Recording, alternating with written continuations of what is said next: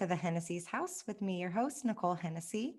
Today we are with Phoebe Leona, who is a transformational guide. She helps people to heal through some somatic practices and yoga.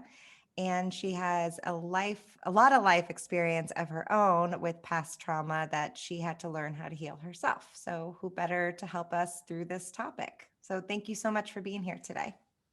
Thank you so much, Nicole. I'm so excited to be with you. And we were just having a moment about our connection to Rockville. Yeah, it's a small world saying that we both happen to, you're from where I live now and are an hour away. And the irony, because with COVID life, this podcast has taken us so virtually that typically I'm talking to people from everywhere, and you are an hour away. Yep.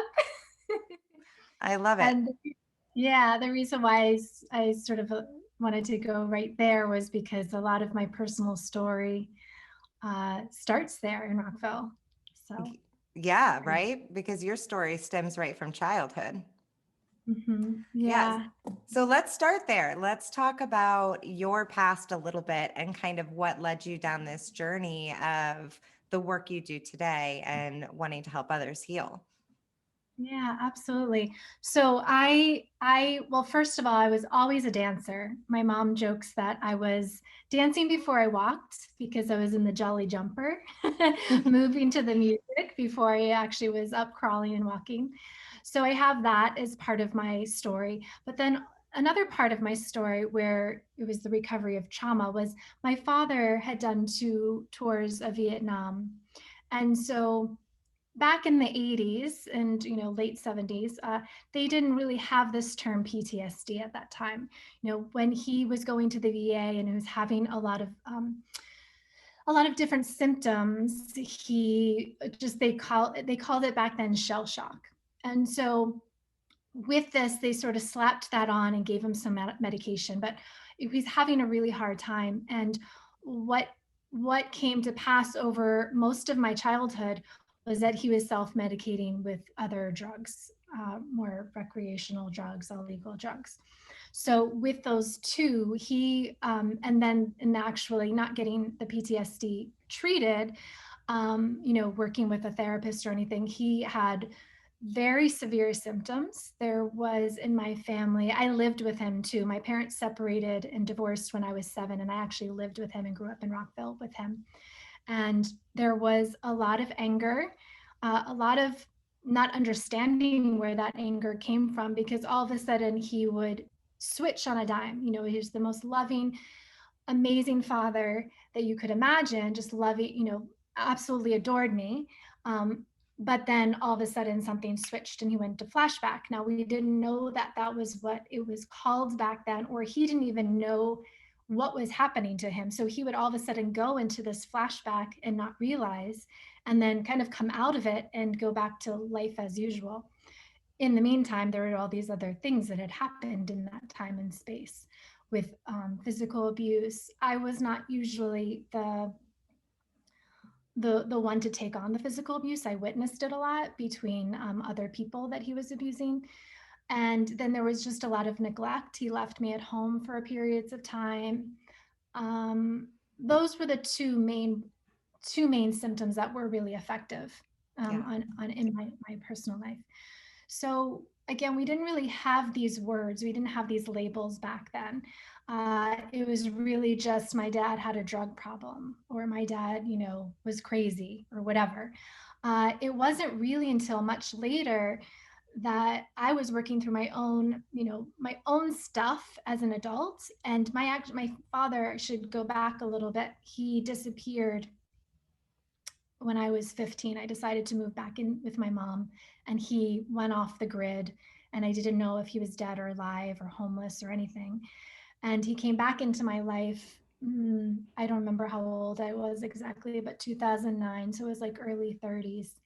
Oh, And at wow. that time, he was completely rehabilitated, and he had this diagnosis of being 100% mentally disabled from the PTS, and was sober. He had gone through rehab. And so he had this whole period of time where he was absent, but he did a lot of his own healing and recovery. And so when he came back into my life, that's when my healing started to happen, because now I could start to put the puzzle pieces together. Oh, okay, he was having this. I realized, okay, that time that things happened between him and my mom. Oh, he was in a flashback. Now I had language around it. Now I understand why he was getting irritable and angry at me, or why he just disappeared for periods of time. I started to understand that a bit more. And then I, of course, had a lot of my own issues because of that, Yeah. and was working through that too. So that's a little bit about my childhood and where Yeah. I'm at. I mean, Yeah. that's a lot. So, okay, your parents divorced when you were 7, you said? Yeah. Is that right? Yeah. And it's peculiar to think even that you were living with dad and not mom. I feel like, you just, especially back then, Yeah. because nowadays you're seeing it more frequently, but back then, like usually mom's always got the kiddos. So Yeah. did you have siblings? No, I mean, not that lived in the house. I had an older half sister. It was my father's daughter from another Okay. uh, mother, and she was in Pennsylvania. So I was basically raised as an only child, and that was very controversial. You're right. First of all, divorce was kind of a big thing back then to Yeah. begin with, and then people didn't really understand. For me, it just was what was my normal. Um, the way that it sort of transpired was just because of where they both were at in their careers and their life. And my dad wanted to stay in the house, and they also wanted me to stay um, in the most stable situation. Now, that's kind of funny to think about, as I just told you my story, Uh-huh. but the external of being in the same school, being in the same house, having the Right. same friends, and that was what felt, the most stable. And he was somewhat in a good place then. It started to deteriorate over the years. Yeah. um, so it was escalating, and that kind of what was happening. So Yeah. Did your yeah. mom, was your mom aware when things started to escalate, what was going on at home with you and your dad? Somewhat. She was also 10 years younger than him. She was rather young when she had Mhm. me. She was 22. And so I know she was somewhat aware. I think she really trusted, because and this was a lot of work that her and I also had to go That's through and why do I'm together. wondering. I'm like, there's more than just the dad work here, right? There's, Yeah, there was a lot of mom work too. And what had happened was I had a lot of resentment for her, leaving me with him. yeah. Now I was daddy's girl. I was daddy's girl. So daddy, even though he did all this weird stuff, he could do no wrong. But mom, I had a lot of resentment towards her over the years. But we worked through that. And she really, what she had told me was she really trusted, or felt that she wanted to believe that he would do better if he had this responsibility of taking care of me. Mm, And so when things started to get less stable, um, I from her a little bit, because I was very protective of my father. mm, But then it was sort of, I was just falling apart at the seams. So I let her in. And that's where it kind of got to this point. The last year I was in freshman in high school at Richard Montgomery. And I said, okay, I can't do this anymore. She said, you can't do this anymore. And then I actually went to live with my grandmother for the rest of that year. And then I came back, and my mom moved to that school district so I could continue on with my mm. school there. So, Yeah, yeah. that's a lot. Yeah, that's a lot. And especially if you hadn't lived with your mom all that time, moving in with your mom as a teenage girl, I bet that was like its own emotional roller coaster. Like my oldest is 18, so I'm like, ooh, like there's not like a whole lot of years leading up to that living experience that was smack Yeah. dab into hormone central with the teenage girl and mom. Yeah. Hormones and a stepfather, and, who was, yeah. Yes, there was a lot. Yeah. I'll and just having, all of this stuff with my dad, and feeling abandoned with that. And and figuring out like what that was. And yeah, having boyfriends now. Yeah, there was a lot there, Nicole. I feel You like are that's spot it's on. that's like a whole episode all on its own. Um, but I definitely want to dive deep into what you do now. So, but yes, that's definitely a lot for anybody. Um, so okay, so that's your childhood in a nutshell. But then there's like more to your story, right? Because you got married. I did. And Yeah. how old were you when you got married? I was 28, but he was my college boyfriend. So we Okay, met in college. I graduated high school, moved to Philadelphia and was in college. And I took the route of being a dancer. So that's where the thread continues of the dance. And he was a musician. We're going to art school. And perfect. so yeah, and we moved to New York City together, to pursue our art. Um, and got married at 28 and still continued to live in the city. And around the time that my father came back into my life, 2009, my husband at the time was having some difficulty with boundaries with his work and his own mental well-being. Um, and so we made this decision to move out of the city to the Hudson Valley, which is about an hour and a half north of New York City, to sort of settle down, whatever that means. The Yeah, suburban to settle life. down. Yeah, just to, slow down, give a little bit more of the boundary for his job, also to be closer to my father. I wanted to heal that and have more time with him. And but I think that at some point around that time, I checked out. uh, I was before that, it was very intuitive, very connected, um, almost to a point that would be even seen as hyper vigilant.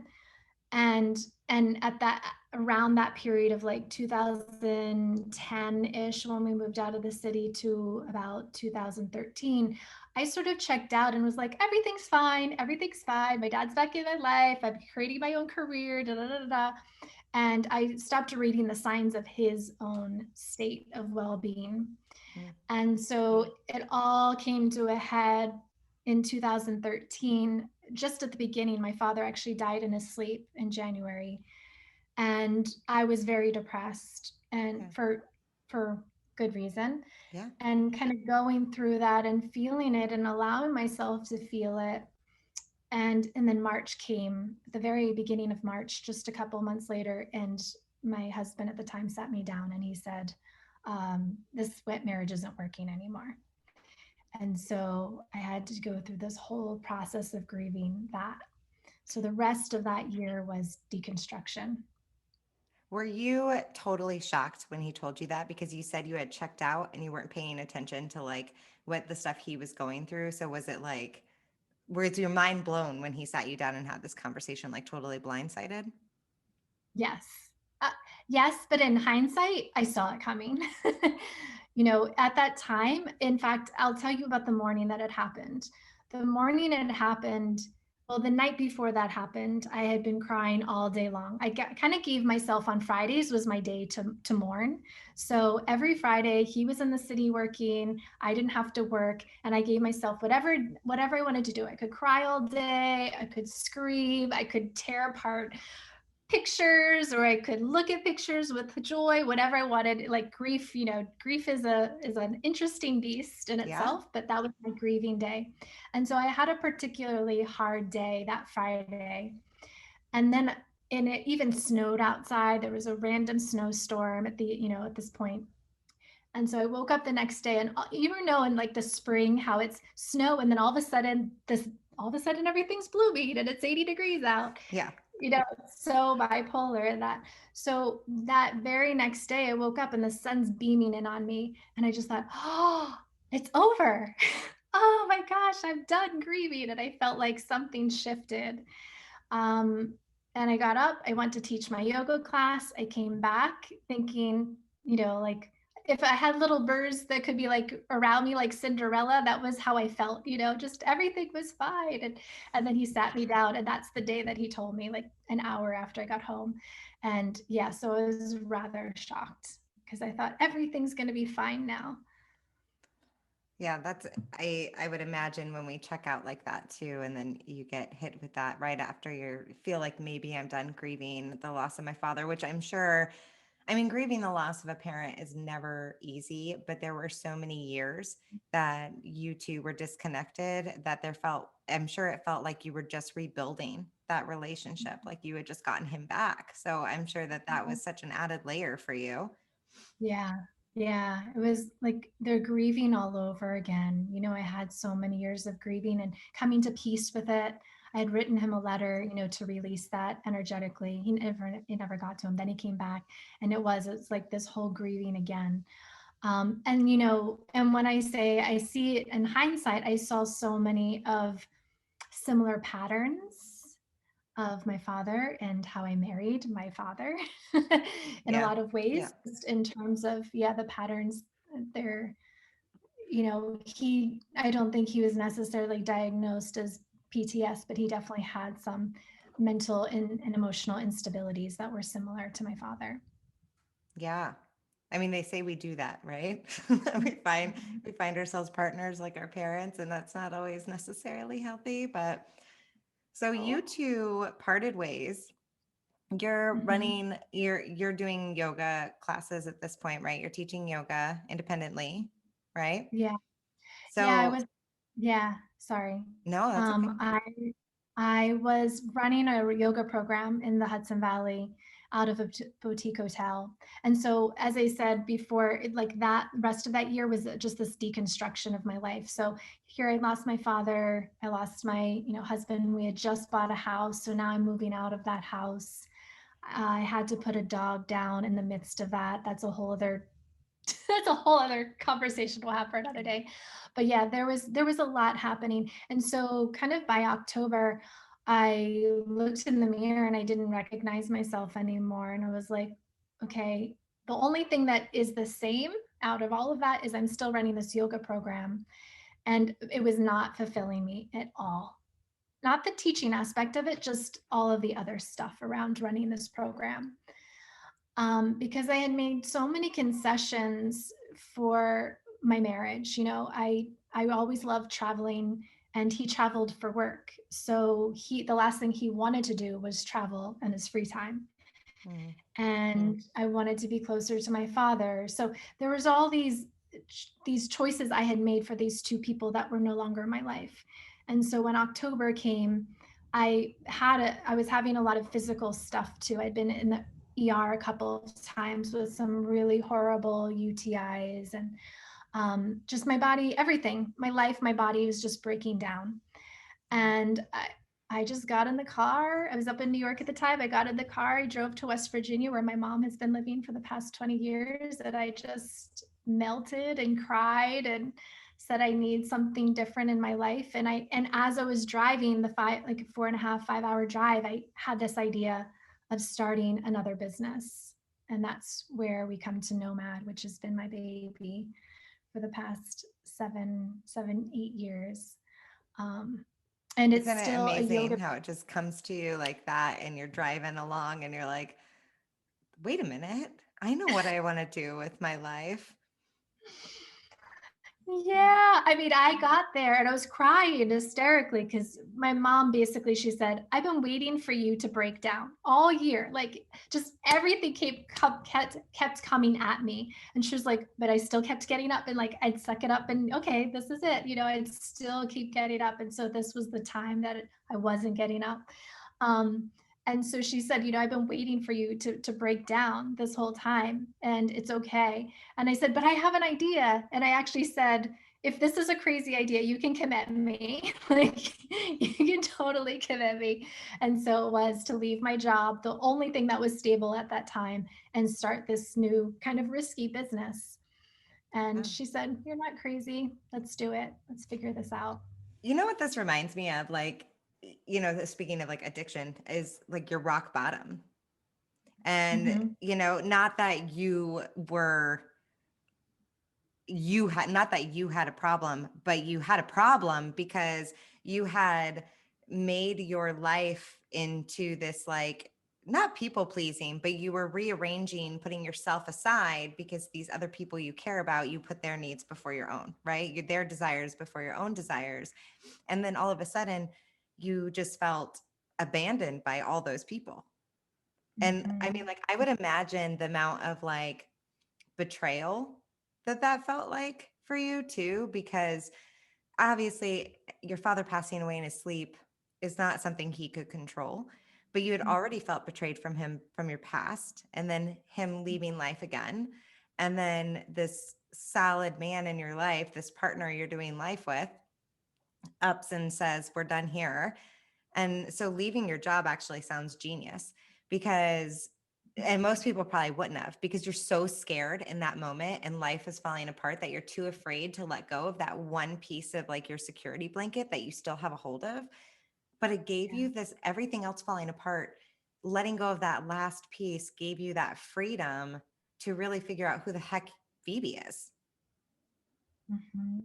And you can't do Yes. that if you're holding on to the security blanket too tight, right? Mhm. So, and Yep. that's awesome that your mom was like, I've been waiting and I'm here for you. By the way, as a side note, props to mom. Because, Yes, exactly. and if you don't have a mom like that in your life, for listeners, it's like a friend, whatever. Like, find that person that's your safety net that you can say, like, I need to come stay with you for a couple days. I need to clear my head, or just someone you can call that will get on a plane, come to you, or drive down the street to you, whatever it is. You know, everybody needs that one person in their village, in their corner. Absolutely. Yeah, you're so spot on, Nicole. And I listened to your episode with your guest speaking on betrayal. I can't remember who it was, but Yeah, Dr. Debbie Selber. yeah, Hmm. yeah, that really resonated with me. So absolutely, there was a lot of betrayal there. That Yeah. wasn't necessarily the word that I used back then, but yeah, it was. There was betrayal. Yeah. Well, I think a lot of times when we're reflecting on our own lives, the way we see things and play it out is very different than how, like, you telling me your story, the way I'm going to look at it, right? And put myself in your shoes and be like, how would I feel? Because we all Yeah. have like these different life journeys. So it's just a way that other people can, reflect on it differently, which is also good to note that we all see things differently and respond to things differently. Like, your emotions and feelings are valid just like somebody else's. Exactly. Yeah.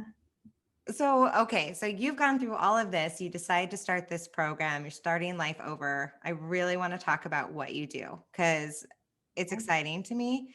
And I keep hearing this term in general lately, like somatic practices. And I feel like it's really an up and coming thing that's been around forever, but it's just Mhm. starting to become more socially aware, so Yeah. to speak, right? We're seeing more about it.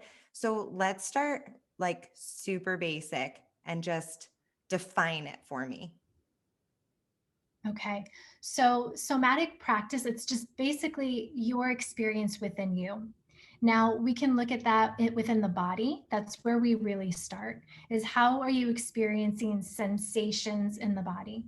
How is that then relating to the emotions that you're experiencing within your body? And then the thoughts, right? How they're all interconnected. And then you can also look at the outer world and how you're being affected by that. So it's really an internal experience. And so it is, somatic is definitely this buzzword right now. Mhm. And it's really interesting because of all of what I shared with you before my childhood. I was doing all of these practices as a child, but didn't have that language. So, and I started to turn the lights on to this when I started my journey of yoga. And so, journey of yoga started around early 2000s when I was a dancer, professional dancer in the city. And I was using it really as my physical training just to keep myself, Yeah. from lack of injuries and everything. But then I started to get these layers of, oh my gosh, well, it's not just about, making sure my body is strong, but also there's this peeling away of, processing things emotionally and also spiritually. And it was these different layers, right, that were starting to open up and peel away if they were no longer necessary. And when I was making those connections, I was realizing, oh, as a child, when I wasn't feeling good in my world, my external world. I was scared of my father, or I had my own emotions I didn't know how to deal with. I went into my bedroom and I danced. And then I realized at night when my brain was all over the place, whether it was worrying about that or a boy, if he liked me, or my test, yeah, if I was stressed about whatever, I'd meditate. And I didn't call it meditation. I called it, the vacuum at the back of my head that was like sucking the thoughts out of my head. And then I also had these breathing exercises that I was doing when I was feeling anxious. My dad actually taught me ways to breathe deeply. And so I was realizing, oh my gosh, I've been doing this whole time. And now again, there's this language around it. First, it was through yoga, and now it's becoming more of this language of somatic, practices and expanded awareness practices. So again, it's just going a little deeper and deeper and deeper. Um, so to kind of tie it also into the story of what I was sharing with you about that period of time and when there was so much deconstruction in my life. And this will hopefully turn a light on for somebody else who's thinking, okay, well, what does that have to do with me? Well, our body is always giving us messages. And I like to think of them as like a little child. Yeah. So you can be your mother of your own body or father of your own body. And there's this little child kind of first tugging on you, like, hey, I want some attention here. And if you listen to that message, right, it might first start as a sensation, or maybe it's a small feeling, a fluttering of an emotion. But if you don't address it, right, that child, what does it do? It starts to tug, or maybe it starts to have a little temper tantrum. It gets louder and louder and louder. So then that turns into an injury, or maybe that turns into some sort of illness, or maybe it turns into anxiety or depression. So that's why we need this connection somatically to start to listen to that little child. So to go back to 2012, before all of this happened, I was with my husband at the time. We were out at a baseball game and there were fireworks. Now I won't go into all of the details, but there was a specific person there that I could care less about, but my partner at that time was interested in this person and just like, hey, we should go sit with them. We should go sit with them. I was like, I don't really care.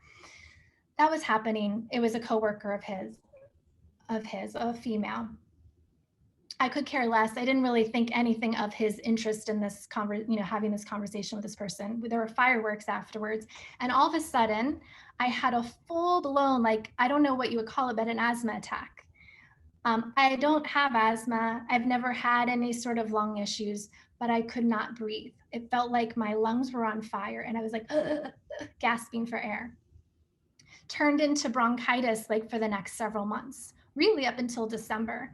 And then again, I healed from that. I had to go on steroids. I had to go to the doctor and like breathe into something, I don't know, with steroids. It was a whole process. So then again, a little fast forward to January, my dad died, and my husband tells me not only this thing of he wants a divorce, but there's somebody that he's interested in. Hmm. And come to find out, it was this human being, this woman at the baseball game. Now, I didn't know that. It wasn't really until I went to my acupuncturist around that time as I was finding this all out. I didn't tell her any of this information. I just filled out a form with all of my symptoms of the past however many years. If you've ever been to somebody like that, they're very thorough. They look at everything. Yeah. And so she looked at me and she said, you had bronchitis, when did you have that? And I explained to her and she just looked at me. Now, if anybody knows anything about Chinese medicine, the lungs are grief. The lungs hold the emotion of grief. And so she just stared at me and she said, you have been grieving this whole time. You were grieving before you even knew to be grieving. And so that was that moment I thought, oh my gosh, my body has been trying to talk to me. And it was like screaming at me, right? That was that moment I had checked out. That was that I was deep into checkout mode at that period in my life, 2012, before everything happened. And it was that child inside of me, like, look at this. And I didn't pay attention. Did it take So you that, that yeah, that's did it it. take you Sorry. time? No, that's okay. Did it take you time to trust your gut again, going Oh, through that. Yeah. yeah. I feel Yeah. like, man, we are so hard on ourselves if we ignore our gut instincts and our inner child, or however you want to, whatever analogy. I love analogies. Yeah. Work for you to envision this happening. Like when we push that aside for so long, it is so hard to try and just hear it again. So I feel Yeah. like this somatic practice is like really important, is what I'm hearing, especially for people that are in a place where they're not in a place to trust themselves, Hmm. right? And Like so this many, is so yeah. important there. Yeah. So many of us don't trust ourselves. There Yeah. was so much disconnect. When you look at children, they might not know how to express that to you, that they're hungry or they're tired, right? They just sort of cry Yeah. or, kind of get fussy. But they are feeling it. They're feeling it. They're at their most animalistic, as we possibly can. But what do we do as, parents, is we start to just say, hey, turn that off, right? It's time to be polite now, right? So we start to get conditioned over our like late, I think we get kind of a permission slip up until what, like 6 7, and then it's like, okay, it's time to Yeah. grow up now, right? And okay, you use your manners, use your inside voice, whatever. We start to say no to listening to ourselves. So then we start to clamp down. We start to clamp down when we start to feel things, whether it is not feeling well physically in our body or feeling emotionally. We just start to clamp down and we say no, we say no, we say no. And that's when all of that comes up, right? As we get older, that's why we have so much disease now in this world, because we don't actually get to process it.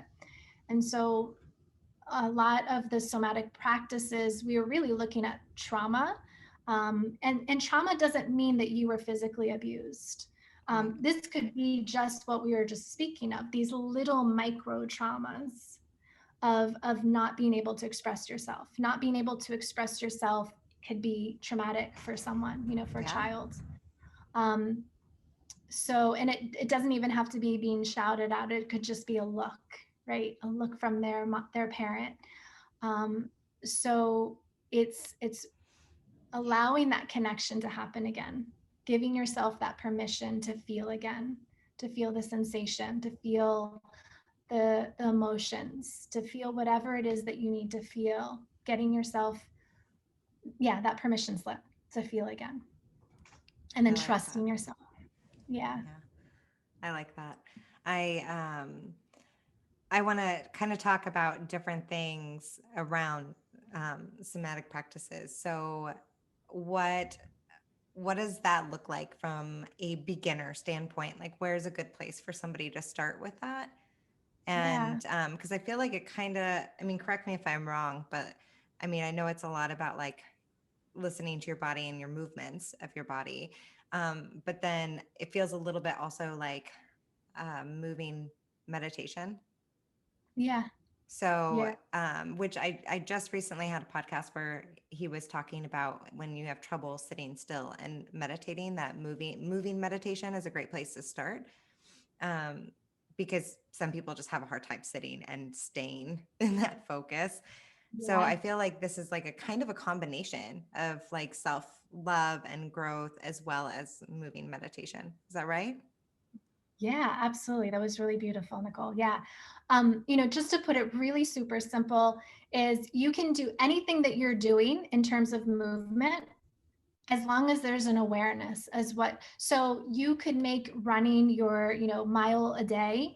That could be as that could be a somatic practice. If you are listening to, oh, how am I hitting my feet on the floor or the grounds today, right? How is that affecting my hips? You're having this inner dialogue of what you're experiencing, as opposed to just putting in the headphones, kind of, going through your day or whatever it is and sort of checking out, right? It's really that checking in. So that's where the movement meditation, that what you were just speaking to, is any kind of movement, It doesn't have to be the movement that I teach. And I teach really organic movement. We work through the chakra system, which is the subtle body in yoga, the energy body. Um, but that's, I really focus on that. But you could use yoga, you could use the asana, right, the physical practice of down dog and up dog, if you're doing it with an awareness, rather just, oh, I'm going to go into a class and kind of move around, and as my teacher says, get your yayas out. Yeah, just kind of let yourself unwind and unplug, right? It's actually really plugging in.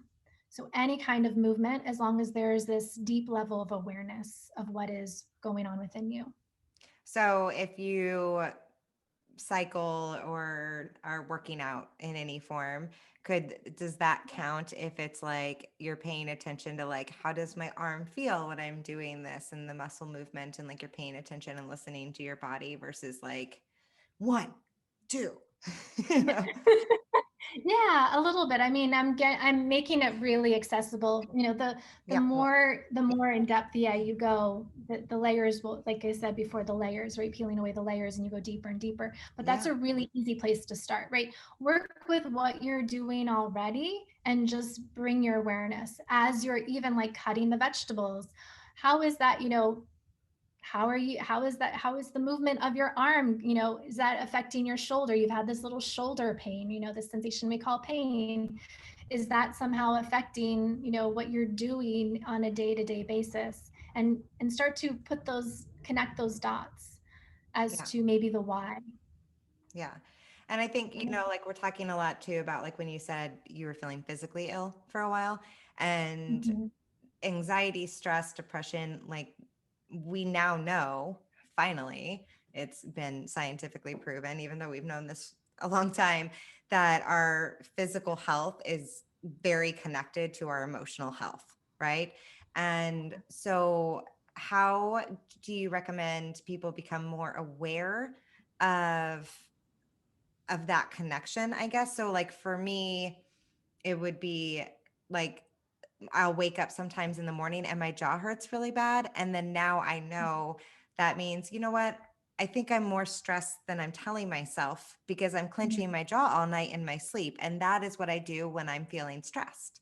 Right. Yeah, And yeah, so now I can wake up and it's not like that's weird. My jaw hurts. It's like, oh, my body's yep, telling me that I'm holding on to this. Are there, absolutely. I know it's different for people, but like, are there common connections in parts of our body of signs that we should watch out for that go, hey, if you're feeling this, you might want to do some Yeah. self digging? Yeah, a really wonderful resource that I highly recommend, and I often go to use it when I'm dealing with my clients too, is Louise Hay. And she has a book called You Can Heal Your Life. And she works a lot with affirmation. She's actually passed, but she used affirmations a lot. But she has a whole section. It's like a little dictionary of every organ, every body part, and say what that disease is or injury, and it'll show you metaphysically what that could be manifested as. It's gripping your jaw is holding back, and you can kind of do this on your own. Like, hold your jaw. If you look at the chakra system, so that's the fifth chakra. And the fifth chakra is how to use your words for expression, to speak your truth, or also to hear other people's truths. So if you think of it on that level of like you're clenching your jaw at night, you're holding back your words, and you're not allowing yourself to express whatever truth that is. There might be something very specific that's happening in your life, or I just see you smiling, or it It's might just funny. be general. Yeah, it's funny because like I have a therapist that I see, and my jaw was killing me for weeks, and we just had this like major breakthrough. I mean, I've been in therapy for years, but I started talking to her about I've talked about sexual assault before, but there was like a particular incident and that I hadn't shared with anyone ever. Like no one knows. And I opened up to my therapist about it, and like my jaw has not been hurting me since I said that. So it's funny that you say that because I'm like, oh, huh, look at that. Yeah. Because Yes, I've always yes, thought yes. of it as just That stress, but it is a feels, specific type of stress, I suppose, right? Because when I feel anxious, stressed, it's more my gut. right? So it's Mhm. like GI issues, nausea.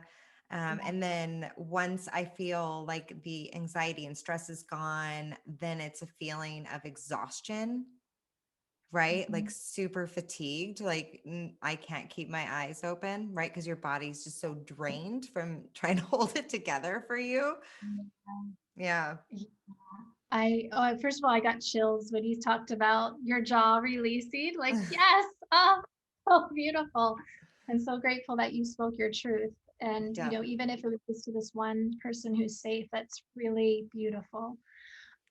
Yeah, and that's exactly it. We hold our stories in our body. Our fascia is our connective tissue. So everything really in our body, they're finding more and more out about fascia, what fascia is, or connective tissue is. Even our bones are just very dense fascia. I'm not the expert to speak on this. I'm really studying more and more about it. But what they're coming to understand is that it's this web. It's everything is connected, and our not just our brain, right, holding memories, but our body holds memories too.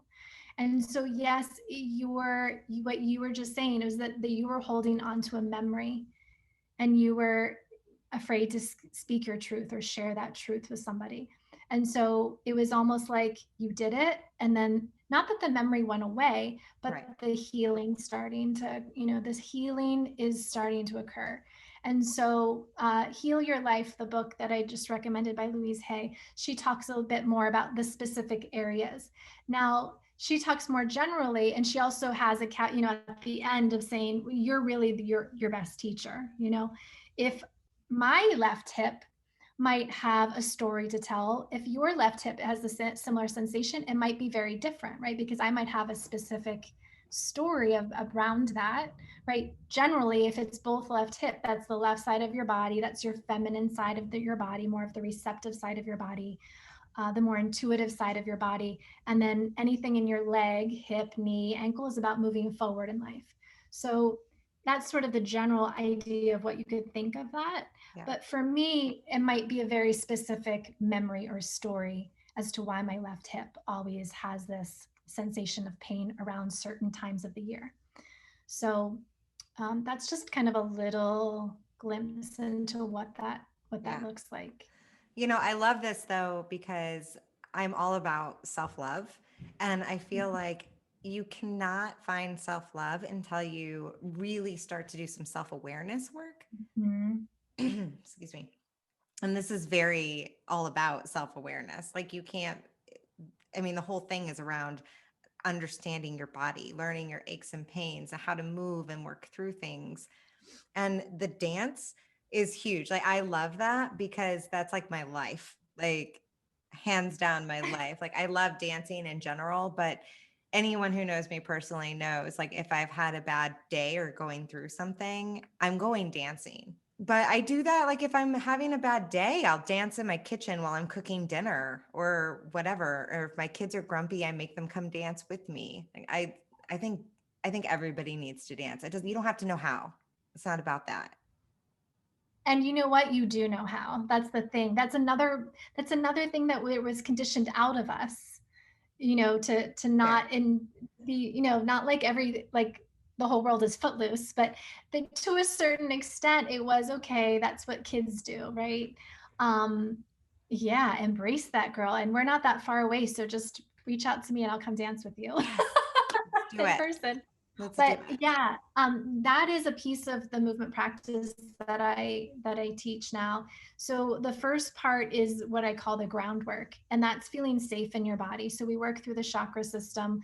Again, that's the subtle body. It's our energy body. We kind of work down through our feet, our legs, our root, what we call the root chakra, which it creates safety. So you feel safe in your body again, and then you work your way up through the energy. The next one is expression, creative expression. Then the next one is how we feel strength and will to move forward in life and show up in our life. The next chakra is feeling connected within ourselves and within others. And what you were just saying about self-love, it's not just like I'm taking a bubble bath, right? It's really what you just said, the self-awareness of feeling and having that desire to know who you are. That is self-love. So that's the fourth chakra, the heart.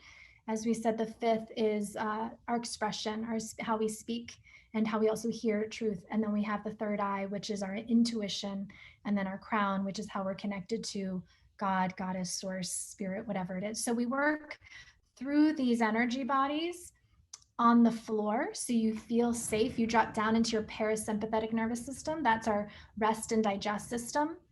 And a lot of us are just always operating in the sympathetic. That's our fight, flight, or freeze. Even though we might not literally be fighting or flighting or freezing, we're always sort of on that edge, right? Especially this past year, right? Oh, yeah. About COVID, right? Everything has been a threat literally to our lives to a certain extent. So we have been in this fight or flight state or Yeah. freeze state. So the work that we do on the floor is really getting you into the parasympathetic nervous system, feeling safe in your body, trusting the sensations that you're feeling, listening to them, being really quiet. And then the second part is the dance, which you would love. Yeah, is really okay. I recognize some patterns that happened in my body. So now I get to make this choice through dance, through movement, like a more wild expression of it, by either releasing it, like it's time to go, anger, I'm done with it, or is it to manifest something? Like, I want more joy in my life. Let's celebrate here. Let's have a good time. Yeah. So that's what, yeah, the dance piece is really there to release or to manifest new energy. Yeah. I love that. And the Yeah. manifesting and trying, choosing joy is huge too. I know you talk a lot about that because, I mean, Yeah. first of all, who doesn't? I'm sorry, but if you don't, like, stop it. Everybody wants joy. Like, if you're, but sometimes we're in such a bad place that we don't see the little joys around us. Yeah. Everything has to be negative, right? And everything, I feel like everything becomes everything, if that Mhm. makes sense. So it's like, Mhm. everything is wrong today, or nobody cares about me, or nobody is available for me right now and I need somebody there for me, whatever it is. And it's like, no, that one person you maybe reached out to is unavailable today, or you spilled something on the floor and made a mess 3 times today and you're being clumsy today, but that doesn't mean your whole day sucks, right? Yeah. Mhm. It's like we get stuck in this negative perception of everything when we feel that way, and how we get ourselves out of it. So this sounds like it is just take a minute, right? Take a minute when you're feeling that way. And if you feel like it's everything or the whole day or whatever it is, like, just take a minute Mhm. and do a little dance. I Do like a it. little dance. Like Yeah. right there, right where you're standing. Just stop what you're Right doing there. and do a little dance. Yeah. And even if it's an angry song, right? Like even if I was you going to put ask the you that. angry song and you're like, ah, like screaming. I mean, there are periods in the sessions that we hold where, and especially in Zoom where everybody's muted, I say it's safe. You can scream. Like I'll actually put music on so they could scream and get loud. When we're in Yeah. person, oh, it's so much fun to have like a whole room full of people just like ah. And by the end of it, everyone's laughing and having a good time because it was like, whoa, they'll Sometimes you surprise need to. themselves. Yeah, and sometimes Yeah. they read exactly. But kind of also when I was listening to you and kind of tying back the self-love too, is joy is always humming underneath it all, but we also don't know that we deserve joy. And that's why the self-awareness is so important, is that we do deserve joy. To remember that, like Yeah. I do deserve this. It's Yeah. okay. Let me lean Yeah. into it. Yeah. And it's interesting that so many people don't see that, or they're like, I'm such a burden to everybody, or Mhm. I feel bad, like people shouldn't have to be around me because I'm always causing problems, or that kind of a mindset. And usually those people care so much about the people around them and their happiness, and they are upset when those people are upset. And it's like, what in this world makes us think that everybody else's life deserves joy in it except for our own? Yeah. Like, do I that digging. know. What is it about everybody else that they deserve joy and you don't? Because you can't, there's no answer to that question because it's ridiculous. I know. I think I see that a lot in women. I hope to help change that, help facilitate that change. Yeah. Because especially I have a lot of students who are moms too. I'm not a mom, but I feel like I'm moms to all of my students in a lot of ways. But when I see them, they put all of their heart and soul into caregiving for their kids, Yeah. for their children's joy. But what I always say is you have to show them your own joy, that you deserve that joy, Yep. because they won't understand that, like, oh, this, they might start to think like, oh, this is the period where I get to be happy, and then when I'm a grown up, I'm going to be grumpy, right? Yep. But yeah, you as a parent, especially a mom, right, to experience joy for yourself and let your Yeah. kids see that too. I went through a big period of life where I definitely didn't. Like I was definitely like everything they need, and I still do. Like my kids know that like I am their rock. I'm always going to show up for them. I'm always going to help them. I'm always going to be there. But on every day, I now make time for myself and I don't feel guilty about it. I did when I started doing it, Mm, and the kids gave me a really hard time about it because mm, they were so used to me giving all of me to them. And I'm like, you know what? I deserve to be able to do for myself as well. Like, I deserve it yeah, just as much as you deserve it. And I'm going to show up for me too. And there's nothing wrong with that. And trying to yeah. teach them that. The big breakthrough moment for me was my now 10-year-old when she was 9. She came up to me playing music on her iPod and she goes, "Mom, this song is your theme song." And it was Demi Lovato, Confident, that Okay. What's Wrong with Being Confident. And Yeah, I was like, my daughter's perception of me is there is nothing wrong with having confidence and loving yourself. And I was like, I love it. I did that. I was so Yay! excited, right? I was so excited that I was like, I can't believe that's how you perceive me, because I don't even always perceive myself that way, right? But the fact that that's the message I'm portraying is great, because if I fill myself with joy, to like wrap back around to this, if I fill myself up with joy and love myself, then guess what? My daughter's going to know it's okay when she's a grown woman to be confident and to love herself and to take time for her and not put everybody else before herself. Right. And that's what we all want as mothers. We always want our children to love themselves and value themselves the way we see them. We want them to see themselves like we see them. And how the heck are we teaching them that if we're not taking time to love ourselves? Hmm. Oh, You that's know? so beautiful. I love that. So, No, that's beautiful. Yeah, you're teaching them independence, you're teaching them self-respect yeah. by, making sure you have a clean house and making sure whatever it is that you clean your room. So that's beautiful that you're doing that. Yeah. I love it. Good. Yeah. I mean, it takes time. It does take time to do the digging and self love. And I feel like when you're on that journey of joy and self love, you have to remember that there's going to be this beginning portion of it that makes you feel guilty. Mm. Right. And then the like imposter syndrome and self doubt, right? I feel like you definitely go through all of that when you're on a journey of self love, but like you have to stick with it. And I feel like these practices really, really help you to get in tune with yourself and kind of Absolutely. feel that joy, allowing yourself to feel that joy. Exactly. Yeah. Yeah. And also to recognize when you don't feel the joy, and that's okay too. And and to know that it's always here, it's always an option underneath the surface, but you don't always have to choose that. It's okay. I'm just speaking to, the people who like to always put the face on. That was me for most of my life, of everything's Yeah. fine, everything's fine. Yeah. And to know that, okay, there are also times and spaces where it's not all fine, but I know it'll be fine again. I know that the joy will be back, but right now I need to honor that I feel crappy. Yeah. Hmm. Um, Oh, for so sure. I think for both, yeah. that's the same when it comes to self-awareness, right? I feel like that's part of the journey of like, okay, I'm feeling a lot of stuff right now. I'm not feeling so great. And then that's the kind of self-care day where you allow yourself to not do anything, Yeah. right? Like I'm going to take a nap today. And this is Yeah. when self-love and bubble baths are good, right? Because I agree with you. Self-love isn't all about like going to get a massage or taking a bath by yourself. Like those are practices for self-care, Hmm. but not necessarily self-love. So when you're having those bad days and you love yourself enough, you do the self-care. You allow yourself to feel crummy, to zone out, to take a bath, take a nap, whatever. Yep, exactly. Yeah. Got it.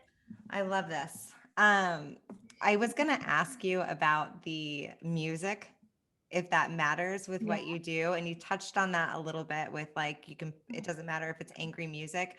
And I feel like because music and dancing is so connected and our emotions are so connected to music, that is that appropriate? Like if you're really down, is it okay to play like a sad song and scream cry while you're dancing through it? Because I Yes. I would be a hypocrite if I said no.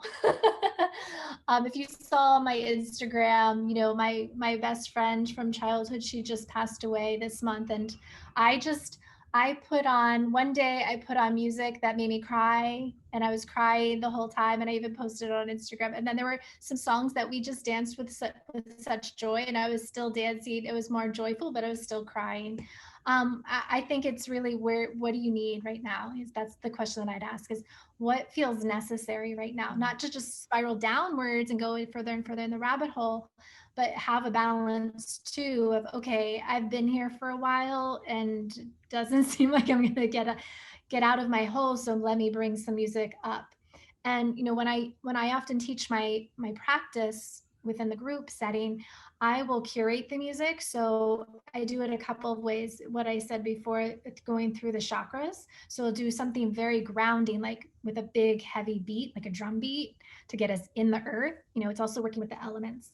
So, yeah. and then it'll come up to more of a spacious, so it'll go through the body, through with the music to Okay. change the quality of music. And then the kind of the last is always more of a meditative, spacious into a shavasana, the resting pose that we do at the yoga class. So there's an arc to it energetically there. But then there also might be themes like, yeah, we got to get rid of some shit, girls. And, we'll put on some angry music. Like the theme will be about claiming your space. Well, and sometimes, especially when you were talking earlier about how sometimes it can be like these micro traumas in our life, like Mhm. that didn't seem big. For a lot of people that want to try something like this and are dealing with like the physical experience of not like just thinking you're sick all the time or you have these issues going on with your health and you want to give this a try, you might not even know what those traumas were, right? Does Mhm. this help you connect with yourself in a way that helps you release that? Yeah, absolutely. I mean, I've had some of my students come and have experience, and they don't even necessarily, they know, they feel it.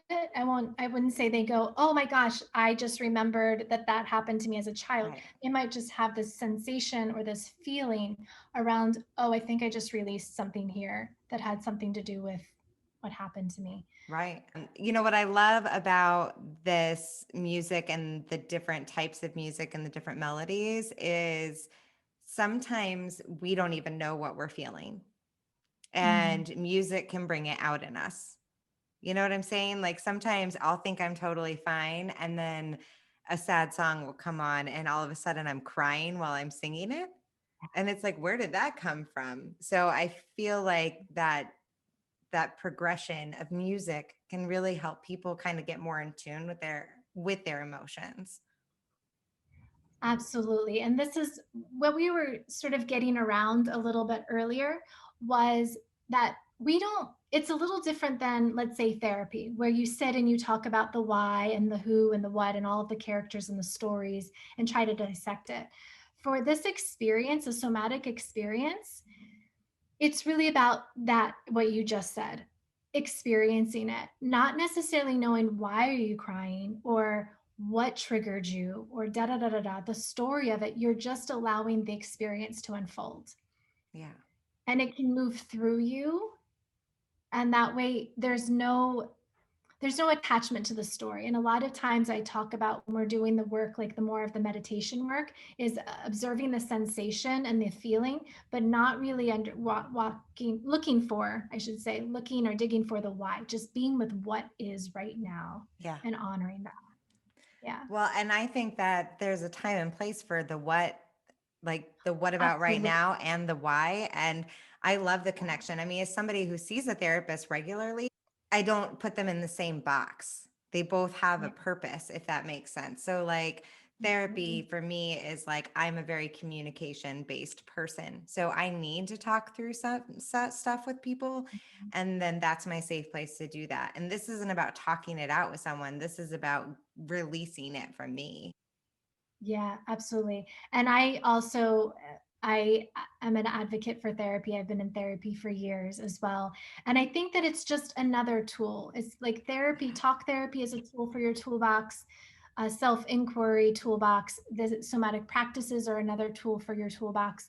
It's not, and one might be kind of more like beneficial than the other for a specific person, right? Yep. If somebody has a really hard time talking and expressing themselves, then maybe just get them into their body. Or Yeah. maybe somebody's too in their head and they need to get into their body. Or they move through the energy and now it's time to, okay, let's process this and integrate and talk through it. So they can work really beautifully together. It's my favorite part about the podcast is every day we get to find a new tool for our toolbox by the amazing Yes. conversations we get to have. Yeah, I totally agree. I love it. Phoebe, thank you so much for being here today and sharing all this stuff with me. Please let us know where people can find out more about you, and I will link everything below. Yes, thank you. I have had such a great time connecting with you, Nicole. Where you can find me, my website is nOMad Always at Home, which is spelled OM.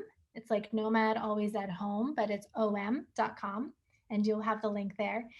Social media, you can follow me at Instagram. I'm there, phoebeleona.love. We also have nOMad's handle, which is the same thing as the website. Facebook, you can friend me. I always love making new friends, and we have a beautiful Facebook group called the nOMad Collective with Phoebe Leona. So that's a lot of those places that you can come hang out with me. Yeah, and the link on your site also has like some meditations that you Yeah. do. Yes, Yeah. right? And there's like an app you can download and do these Yeah. meditations. Yeah.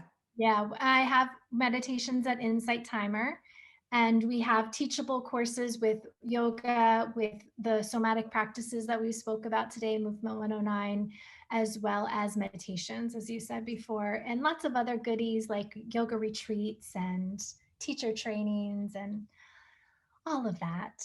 All that fun stuff. Thank you so much. I appreciate Yeah. you being here today.